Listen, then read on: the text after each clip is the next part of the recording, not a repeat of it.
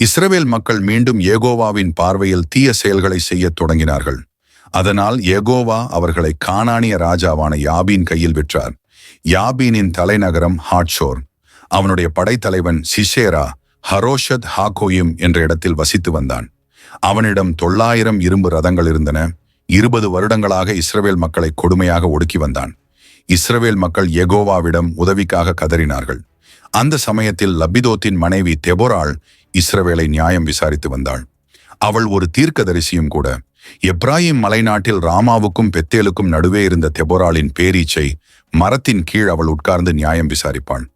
இஸ்ரவேல் மக்கள் தங்கள் பிரச்சனைகளை அவளிடம் கொண்டு வருவார்கள். தெபொராள் அபினோகாமின் மகன் பாராக்கை அழைத்தாள். அவன் நாப்தலி தேசத்தில் உள்ள கேதேஷைச் சேர்ந்தவன். தெபொராள் அவனிடம், இஸ்ரவேலின் தேவனாகிய யெகோவா கட்டளையிடுகிறார், நீ போய் நாப்தலி மற்றும் செபுலோன் கோத்திரங்களிலிருந்து 10,000 வீரர்களை திரட்டிக் கொண்டு தாபோர் மலையில் போய்ச் சேர். யாபீன் ராஜாவின் படைத்தலைவனான சிஷேராவையும் அவனுடைய ரதங்களையும் அவனுடைய படைகளையும் நான் கீஷோன் ஆற்றுக்கு வரச் செய்து உன் கையில் ஒப்புக் கொடுப்பேன் என்று சொன்னாள். அதற்கு பாராக் தெபொராளிடம், நீ என்னோடு வந்தால் நான் போகிறேன், நீ என்னோடு வரவில்லை என்றால் நான் போக மாட்டேன் என்றான். தெபொராள் அவனிடம், நிச்சயமாக நான் உன்னோடு வருவேன், ஆனால் நீ போகும் இந்த வழியினால் கனம் உனக்கு கிடைக்காது. யெகோவா சிசேராவை ஒரு பெண்ணின் கையில் ஒப்புக் கொடுப்பார் என்று சொன்னாள். பின்பு தெபொராள் பாராக்கோடு கூட கேதேஷுக்கு போனாள்.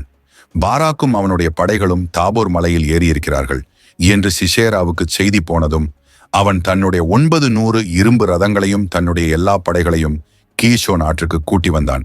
அப்போது தெபொராள் பாராக்கிடம், போ, யெகோவா இன்று சிசேராவை உன் கையில் ஒப்புக் கொடுத்திருக்கிறார், யெகோவா உனக்கு முன்பாக போகிறார் அல்லவா என்று சொன்னாள். உடனே பாராக் 10,000 வீரர்களோடு தாபோர் மலையிலிருந்து இறங்கினான். யெகோவா சிசேராவையும் அவனுடைய எல்லா ரதங்களையும் அவனுடைய எல்லா படைகளையும் பாராக்கின் வாளுக்கு முன்பாக கலங்கடித்தார்.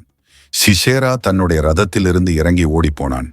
பாராக்கும் அவனுடைய வீரர்களும் சிசேராவின் ரதங்களையும் படைகளையும் ஹரோஷத் ஹாகோயிம் வரைக்கும் துரத்திச் சென்று வெட்டி வீழ்த்தினார்கள். சிசேராவின் படைவீரர்கள் ஒருவர் கூட தப்பவில்லை.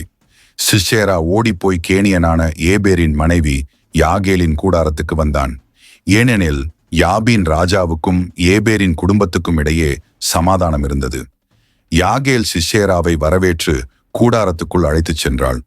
அவன் அவளிடம் தாகமாக இருக்கிறது என்று கேட்டதும் அவள் பால் கொடுத்து போர்வையால் மூடினாள். சிசேரா அவளிடம், கூடார வாசலில் யாராவது வந்து உன்னை பற்றி விசாரித்தால் நான் இங்கே இல்லை என்று சொல்லிவிடு என்றான். சிசேரா களைப்பாக இருந்ததால் தூங்கிவிட்டான். யாகேல் ஒரு கூடார ஆணையும் சுத்தியலையும் எடுத்து மெதுவாக அவனிடம் போய் அந்த ஆணியை அவனுடைய நெற்றி பொட்டில் அடித்து தரையில் இறக்கிவிட்டாள். உடனே அவன் செத்தான். பாராக்கு சிசேராவை துரத்தி கொண்டு யாகேலின் கூடாரத்துக்கு வந்தான். யாகேல் அவனை வெளியே வந்து, நீ தேடுகிறவன் இங்கே இருக்கிறான், உள்ளே வா என்று சொன்னாள். பாராக் உள்ளே போய் பார்த்தபோது சிசேரா செத்து கிடந்தான். கூடார ஆணி அவனுடைய நெற்றி பொட்டில் அடித்திருந்தது. இஸ்ரவேல் மக்கள் கானானிய ராஜாவான யாபினை தோற்கடிக்கும் வரைக்கும் தொடர்ந்து போர் செய்தார்கள். அதன் பின்பு தெபொராளும் பாராக்கும் சேர்ந்து ஒரு பாட்டு பாடினார்கள். அது நியாயாதிபதிகள் 5ஆம் அதிகாரத்தில் விரிவாக எழுதப்பட்டுள்ளது.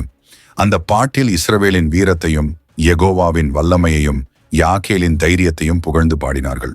யெகோவா இஸ்ரவேலின் எதிரிகளை எப்படி தோற்கடித்தார் என்பதையும் கோத்திரங்கள் போரில் எப்படி பங்கு கொண்டார்கள் என்பதையும் அந்த பாட்டு விவரிக்கிறது.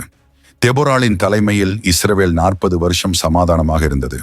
சுருக்கமாக சொன்னால், தெபொராள் ஒரு தீர்க்கதரிசியாகவும் நீதிபதியாகவும் இஸ்ரவேலின் தலைவியாகவும் இருந்தாள்.